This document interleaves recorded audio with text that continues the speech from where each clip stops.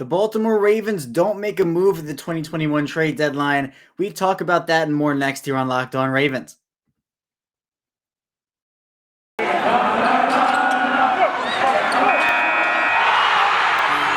You are Locked On Ravens, your daily Baltimore Ravens podcast, part of the Locked On Podcast Network, your team every day.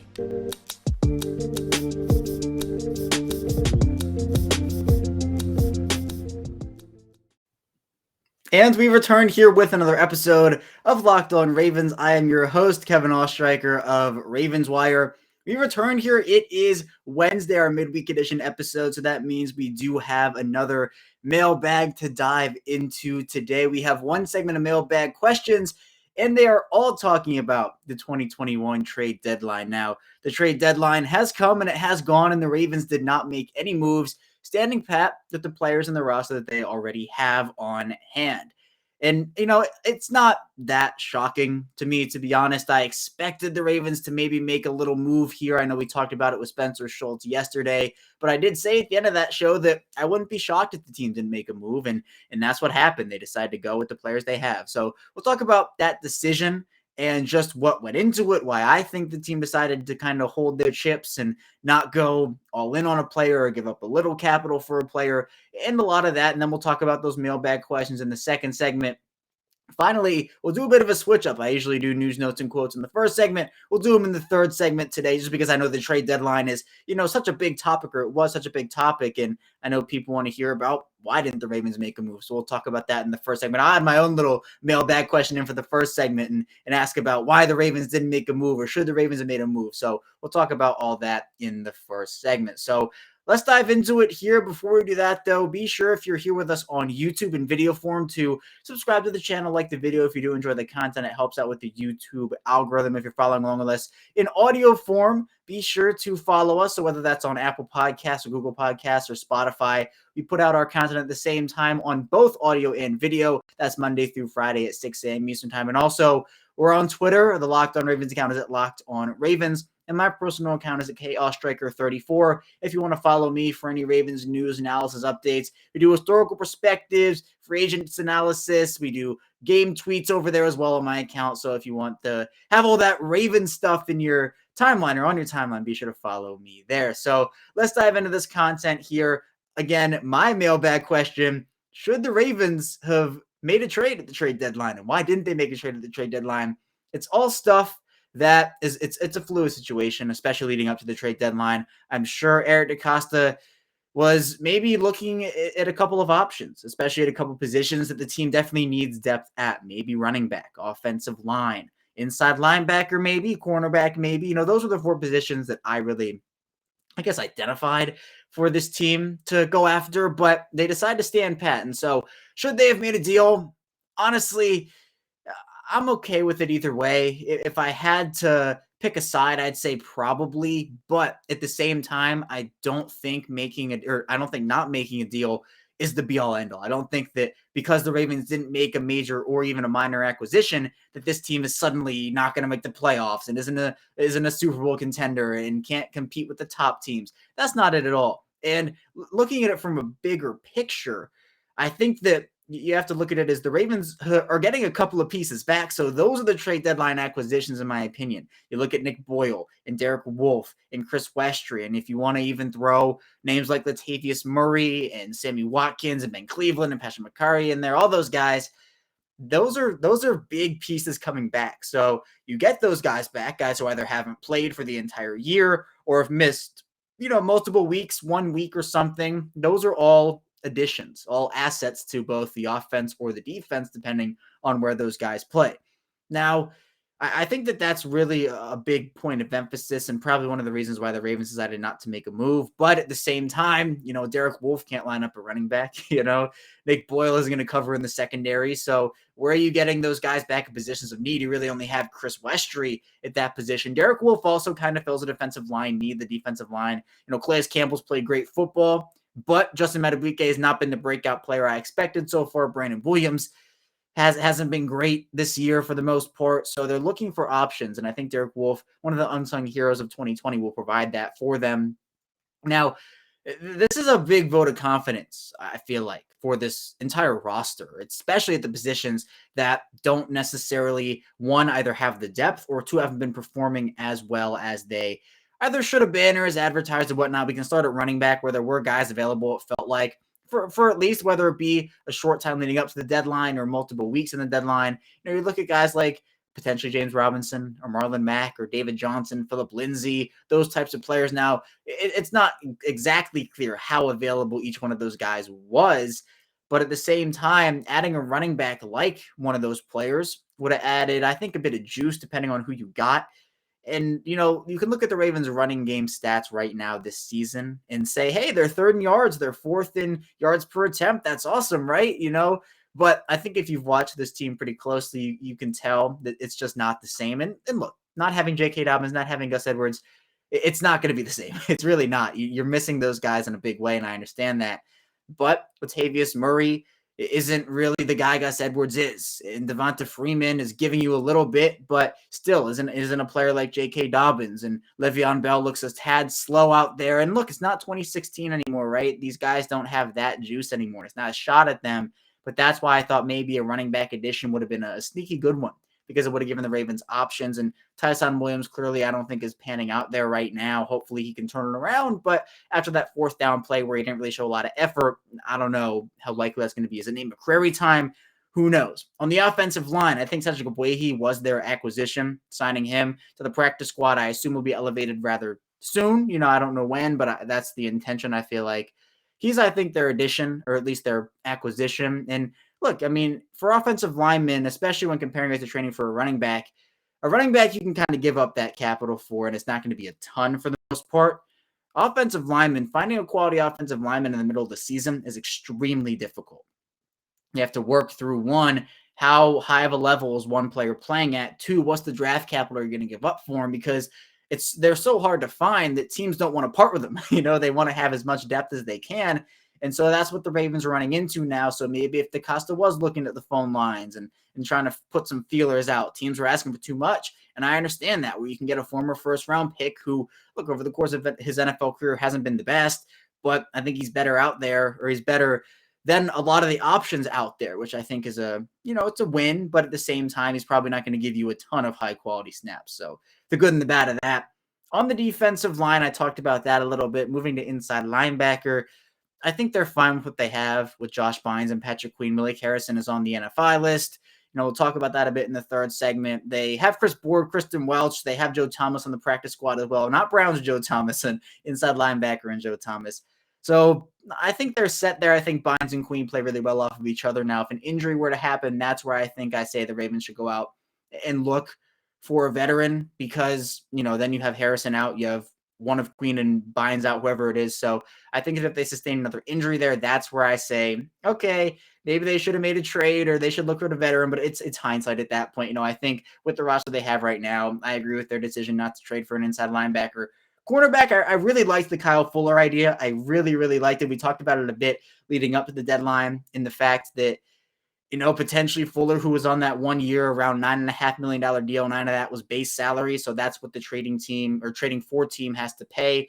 It was kind of talked about that the Broncos could have traded him and potentially eat some salary, or most of the salary. And if the Ravens could have gotten away with giving up, a 6th round selection, I think he could have been really nice depth, especially on an expiring contract where Baltimore's not on the hook for a lot, if not all of that money. So should the Ravens have made a trade? I think the answer is yes, but at the same time, looking at their salary cap situation, looking at their roster and how many holes they had to fill, they could have kind of picked between a couple of them to say, all right, is there a running back, cornerback, offensive line, linebacker? They had a lot to pick at, and I think that, or pick from, I guess, and I think that for Baltimore in general, their decision wasn't a shock at all. John Harbaugh said he wasn't anticipating a move, and look what happened. The Ravens don't make a move.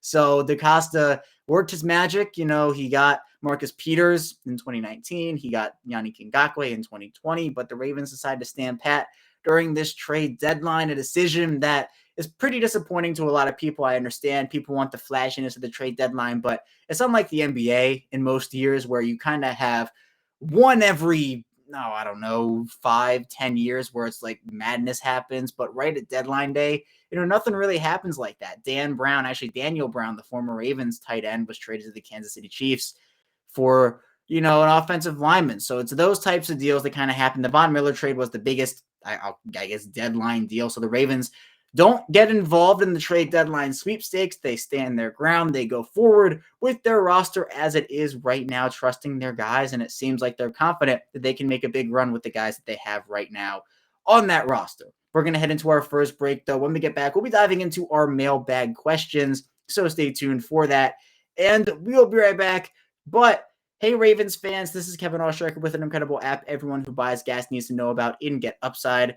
Just download the free Get Upside app in the App Store or Google Play right now and use promo code TOUCHDOWN and get a bonus 25 cents per gallon on your first fill-up. That's up to 50 cents a gallon cash back. Don't pay full price at the pump anymore. Get cash back using Get Upside. Just download the free app and use promo code TOUCHDOWN to get up to 50 cents a gallon cash back on your first tank. Some people who drive a lot or make as much as $200 to $300 a month can cash back, and there's no catch. The cash back gets added right to your account. You can cash out anytime to your bank account, PayPal, or any gift card for Amazon and other brands. Just download the free Get Upside app and use promo code TOUCHDOWN to get up to 50 cents a gallon cash back on your first tank. That's code TOUCHDOWN.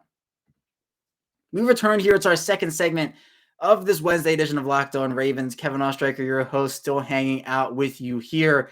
And we talked about my little mailbag questions and should the Ravens have made a trade and why didn't the Ravens make a trade? And we kind of got into those details, but let's continue with the trade discussion and get into the actual mailbag that we put out on Twitter. And we have 3 questions here, all pertaining to the trade deadline. The first one here coming from Brendan Ward, who actually got the prediction right. He says, I have a funny feeling Eric DeCosta will not be active on the trade market this year, but surprised they did not make an offer for Von. Your thoughts? It's difficult to find quality offensive tackle depth, especially through the trade market. How else do you see this roster being improved? So kind of a 2-parter there from Brendan, but he predicted the Ravens do not make a trade. He was not active. Eric DeCosta was not on the trade market this year. Now, the whole Von Miller situation, I think that for the Ravens and where they are right now, they have a competitive window that I think a lot of people are selling short, and I understand why. For Von Miller, he's an all-in move. He's a go-for-it-now move. The Rams, they're in that situation where they can afford to give up a second and a third-round selection and really go all in on a roster that has an older quarterback in Matthew Stafford, some older talent pieces. They have some young talent too, but they have barely any draft picks in this 2022 draft coming up. The Ravens just operate differently than that. It's a different franchise. And sometimes it really just comes down to that, where a franchise is in terms of what the ages are of their star players and also how franchises operate in general and how organizations value, whether it's draft picks or trading for stars or signing free agents. The Ravens, over the course of their franchise history, especially when looking at what Eric DeCosta has done in his brief time as general manager and the head guy, the Ravens value draft picks. They value the compensatory formula, and they do want to make their roster better. This isn't like the Ravens aren't trying to make their roster better, and I'm not saying Brendan is saying that, but I do think that some people, I don't know how to put it. It's almost like some people think that just because Lamar Jackson's going to sign this huge extension, which, I'm pretty sure is going to happen, and the Ravens are going to have to commit a lot of money to a lot of good players, means that their competitive window shuts after that happens. And all of a sudden, Lamar Jackson's under contract for whatever it is, $35, $40, $45 million a year. And then you have a situation where you can't sign anybody, can't trade for anybody. That's the way that I think the Ravens are going to operate until a couple years down the line, until Lamar Jackson is into that contract. Because right now, the Ravens, they need all the draft picks they can get, just fully straight up there. They have 10 right now, 9 of them in the first 4 rounds of the draft, projected at least. And I think that with all the guys being free agents, that's another reason why the Ravens didn't make a move. They didn't want to make that splash Von Miller move. Von Miller would have been a great asset. I mean, him and Justin Houston and Odafe Owe and all those guys would have been such a good duo together, such a good tandem together, all those outside linebackers. But the Ravens are already pretty deep at that position, and I understand the whole going in for a splash move. Like, all right, Fletcher Cox. What about Fletcher Cox, the defensive lineman from Philadelphia? I understand those types of moves, but I just don't think it's where the Ravens' heads are at right now. They understand that they're dealing with a lot of injuries. They understand that, this roster right now is pretty depleted. Not to say that they don't believe in it. I believe in it too.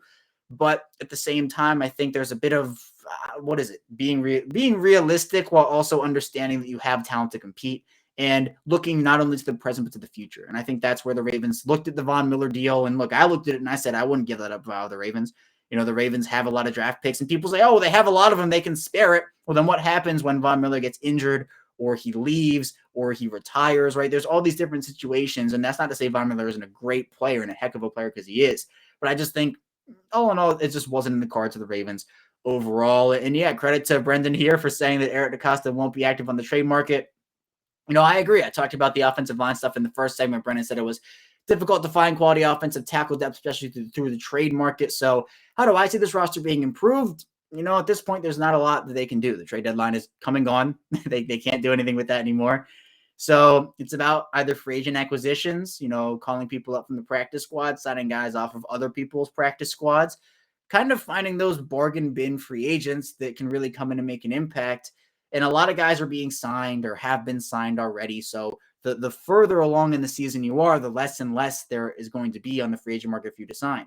But I mean, you can't draft anybody. You can't trade for anybody anymore. So literally, you can only look at the guys who are available right now. So that's why when guys are getting released and getting waived and getting cut, you can look at those guys and say, hey, is this person going to be a quality fit on our roster? They saw Cedric Wayhe get cut. They saw the Patrick Mekari injury, and they said, hey, this is a need that we have, a former first-round pick. Let's see what it is. And I'm not saying the sign is going to pan out. I'm not saying it's not going to pan out. But those are the types of situations the Ravens are in right now, where it's really only scavenging around the free agent market and trying to find the players there who can really round out a roster and kind of propel them to the next level. Our next question here, it comes from James K. And again, all these questions did come from before the trade deadline, so I'll reword them a bit. He asks, if you could improve only one position at the deadline, would it be offensive line or linebackers? So obviously the Ravens improved neither at the trade deadline, but I would say I have to go offensive line if they were to improve one position, whether that's in free agency or the trade deadline. I thought that there were a couple options for the Ravens at the trade deadline at the offensive tackle position. Morgan Moses, Spencer Schultz talked about that a lot over the past couple of weeks here on Locked On Ravens. Andre Dillard, another option that could have been really nice, but as I mentioned in the first segment, I think Cedric Wayhe was that guy for them in the acquisition. They didn't have to give up a draft pick. They don't have to work with a ton of money or anything, or working with, all right, what are the guarantees? How much money is this team taking back? Do we have to give up an extra round because they're taking back money? So it kind of really uncomplicated things and helped them get a guy who, again, might not be able to give them a ton of quality snaps, but is still a depth piece who can help a little bit at least, and see whether it's Tyree Phillips, whether it's a Wayhe, whether David Sharp or whatnot. The Ravens could definitely see at least some quality snaps from Cedric Wayhe. So I think even though I would have improved the offensive line, I think the Ravens, as Spencer has talked about, owed it to Lamar Jackson to improve their offensive line. At the end of the day, they just couldn't come up with whether it be a price point or a player that they liked enough to really pull the trigger on a deal for. With the inside linebacker position, there wasn't a lot out there in terms of what you can get on the free agent market versus giving up capital. I know Miles Jack was a very popular pick for some people to trade for. His contract is very huge, though, all things considered, when you look at it for the next couple of seasons. With the Ravens salary cap situation, there wasn't really a lot of room to make a move anyway, unless the team would be taking back a ton of salary. And with the Ravens, again, as we talked about, having so many free agents coming up this offseason, they're going to have to make some tough decisions. And if Miles Jack is in there with, let's say, his $9 million salary or his $10 million salary, what's that going to do for a team that's looking to re-sign a player like Anthony Averett or Deshaun Elliott? So I think that was the reason why I'm content with how Josh Bynes has been playing, with Patrick Queen in his new role. Hopefully Malik Harrison is able to come back as soon as possible, and hopefully he's okay. And again, Chris Board, Kristen Welch. And if the Ravens have to sign a veteran, I think there could be a few options on that market for them. So my pick would have been offensive line. But again, the Ravens don't upgrade either. And finally here, our final question here is from Joshua Elsrode, who asks, do the Ravens trade for a running back like Marlon Mack? I like the idea, but I don't think even a later round pick is worth a 9 or so game rental player. And so, yeah, obviously, again, the Ravens don't trade for a running back. But the idea behind this question is, I picked the running back position as one of the positions that I thought the Ravens could have traded for, and that I would have preferred the Ravens to trade for, because I think that a player with some juice and some fresh legs would have really benefited this Ravens offense, because guys like Latavius Murray, we see him losing yards a lot. He can get downhill, and when he's downhill, he's hard to stop, but it's a matter of getting him going there. Devonta Freeman he's improved for me. I really didn't like what he was showing in the first couple of weeks. He's definitely improved, and I think I've liked a lot more of what I've seen from him. Le'Veon Bell showed some burst in his first game. Really, I didn't really see it over the last couple of snaps that I've seen from him, the last handful. So, I think that with a guy like a Phillip Lindsay, who I think would have been a really nice target, or Marlon Mack, those guys would have been great. But again, is it worth giving up the pick when you have a guy like Nate McCrary on the practice squad? That's a question the Ravens answered, and clearly the answer was no. Now, whether that's because they just didn't sniff around in general, they have confidence in their guys, it's probably a combination of a lot of them, but I'm sure the Ravens kind of inquired and said, hey, Mark Ingram, maybe the Ravens sniffed around there. I don't know. Phillip Lindsay, David Johnson, or all those other running backs. Baltimore could have done all that, but I do kind of believe in the fact that fresh legs would have helped, and that's really what it comes down to. But the Ravens, again, they need those draft picks. They need that draft capital, and I do think that with the offensive line play getting better, hopefully, I hope that this offensive line can get better because it starts up front, and if they don't improve, it's going to be tough, both in the run game and in the pass game. How much can a running back do for you if there's a defensive lineman in the backfield, 1 second after the snap happens or 0.5 seconds after the snap happens? Not even the best running backs can do a lot with that. So you have to put that into perspective too, and that's why I think the offensive line would have been the best position to upgrade. They're dealing with a lot of injuries over there, and I understand it. Not having Ronnie Stanley, not having McCary now, who was playing really, really well. They lose Ben Cleveland. They're just getting Phillips back. Bradley Bozeman and Kevin Zeitler have been the only two real consistent players there, and Bozeman also has gone through a bit of an injury himself. So the running back position was one I thought they could have made a move at just because it would be cheap to acquire a player, but at the same time, you can use some of those draft picks that might not mean a ton in the grand scheme of things right now, but when you get to draft day, they mean everything. So that's the reason, or one of them at least, why I think the Ravens didn't make a move. I know it was a very underwhelming day overall for the Ravens and really, the NFL in general. I know a lot of people get so hyped about the trade deadline, and rightfully so. It's an exciting time, but unfortunately, usually it fails to deliver a ton of really, really good or fast-paced, exciting news. So the Ravens don't make a move again. They stand pat, and they'll look forward to the back half of their season with the roster as it is and as it was, on Tuesday morning. We're going to head into our final break now, though. When we return, we'll be getting into some Ravens news, notes, and quotes, so stay tuned for that. But we're back and better than ever. A new web interface for the start of the basketball season and more props, odds, and lines than ever before. BetOnline remains your number one spot for all the basketball football action this season. Head to our new updated desktop or mobile website to sign up today and receive your 50% welcome bonus on your first deposit. Just use our promo code LOCKEDON to receive your bonus. From basketball, football, baseball, postseason, NHL, boxing, UFC, right to your favorite Vegas casino games. Don't wait to take advantage of all the amazing offers available for the 2021 season. BetOnline is the fastest and easiest way to bet on all your favorite sports. BetOnline, where the game starts.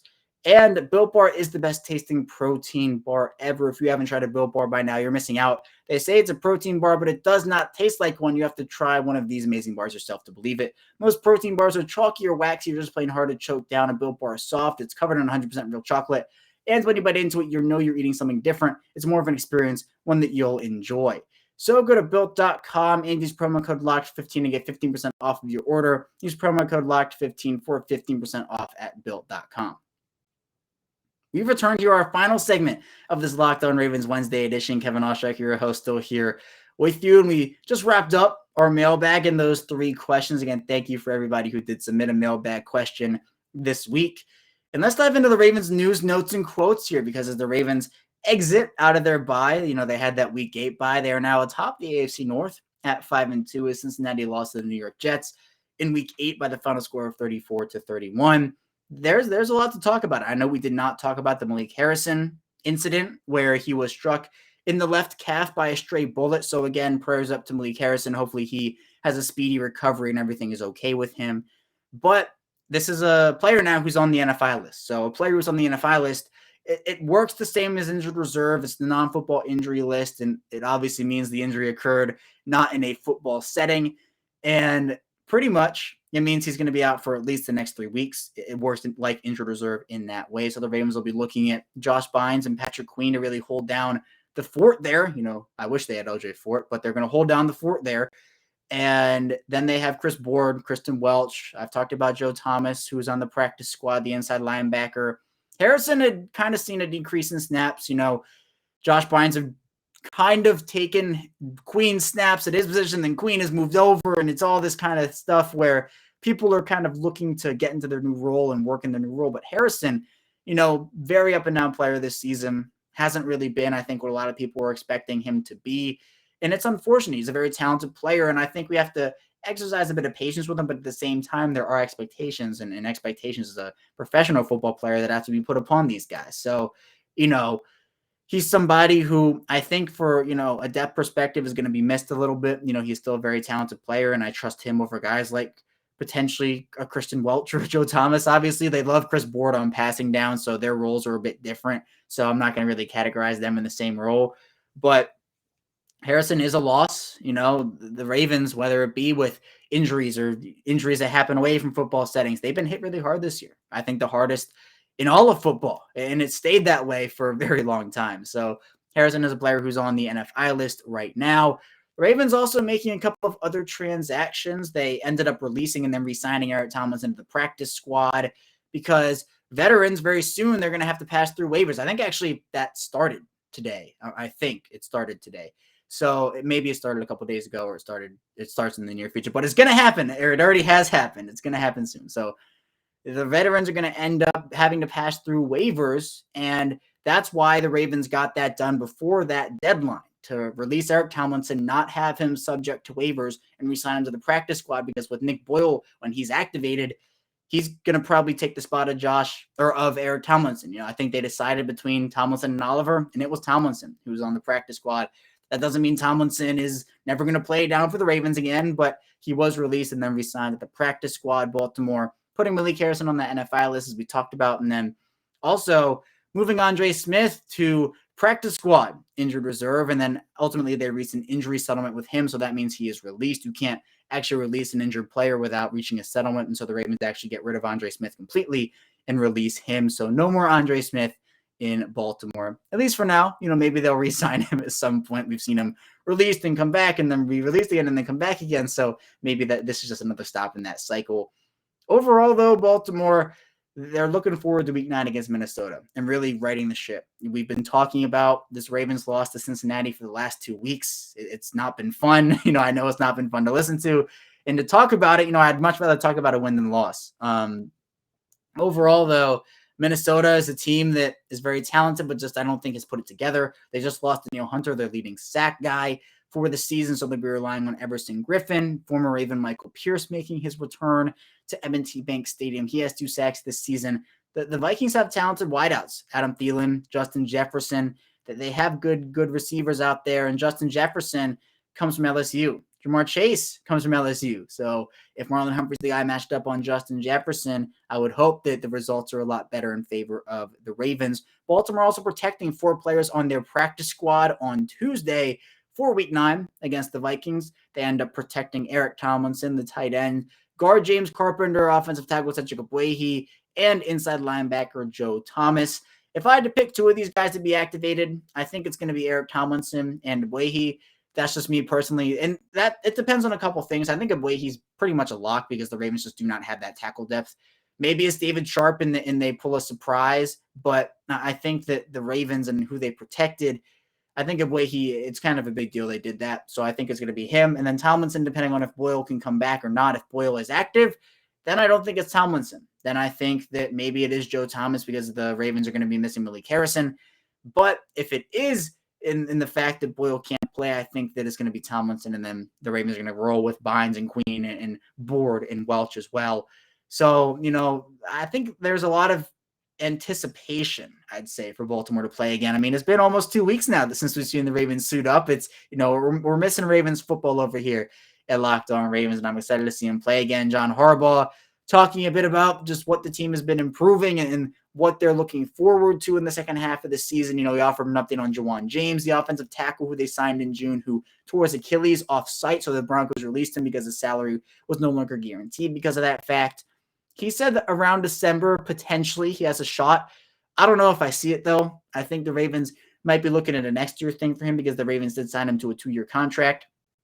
So I think it might be next year where he ends up coming back, but it's already November, as John Harbaugh talked about. Time is flying here. We're already in week 9 already. halfway through the 2021 season so far. So that's really big. And then John Harbaugh talking about tackling, just coming back to fundamentals and making sure that guys understand that, hey, look, they got to get those fundamentals down. And if they're not a good fundamental team, then, you can't go anywhere. You got to start with those fundamentals and tackling. And I agree. Guys have to be disciplined. Harbaugh also said that Baltimore really focuses on tackling. It's not that they don't ever focus on it. This isn't just like a new thing. They've been just teaching now. They emphasize tackling. So hopefully we see that improvement in week 9. I would really like to. I'd like to stop talking about how the Ravens are a bad tackling team, one of the worst in the NFL at tackling, and kind of get on to hey, they're improving. This is a start. So I'm excited to see what the Ravens and Vikings matchup has in store. That's all I have for you today here on Locked On Ravens, though. When we get back tomorrow, we'll be diving into another crossover Thursday, this time with Locked On Vikings. So stay tuned for that, and I will see you tomorrow.